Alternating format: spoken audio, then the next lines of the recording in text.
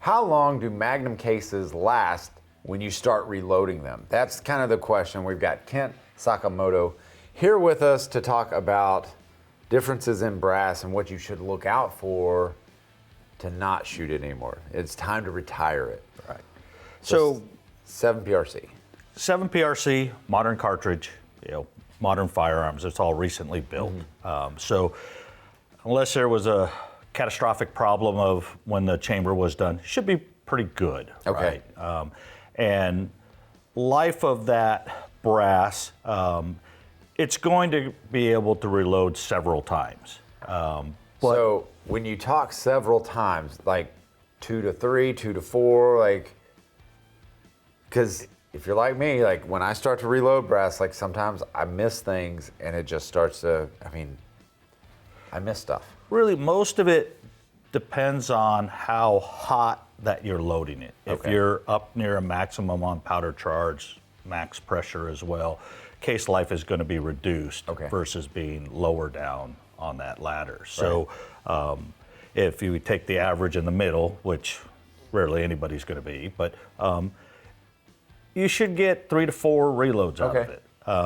And it's just because it's a Magnum cartridge, high pressure, that case life is reduced. Okay, and like something like a 6.5 Creedmoor or a 6 GT, some of those cases, what can you expect some of those cases to last you? So for those, particularly if you're annealing necks, which is a whole nother can of worms, you could probably get a half a dozen or more out of it. No kidding. Right, because it's not as high a pressure. Okay. They're not Magnums. So. Okay, so what should folks look out for when inspecting brass? And I guess that's a good place to start is after you shoot it, inspect it.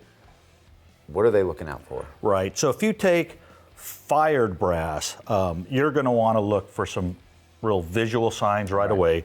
Splits in the neck. Of course, that means you're not going to reload it. If you look at the fired primer and it's pierced from the firing pin, that's typically a high pressure sign. Or it could also be a headspace problem, but again, we're talking 7PRC, it's more than likely a high pressure sign. Okay. If you see black around the primer, or the fired primer isn't even in the brass anymore, it's high pressure. Okay, I've seen that a couple of times. I'm like, I guess I'm definitely not reloading that one. Right, and typically what happens with that is, if you go to try to put a new primer in there, it's not going to stay in there, so it's going to fall out. So that's another sign that you look for, and like if your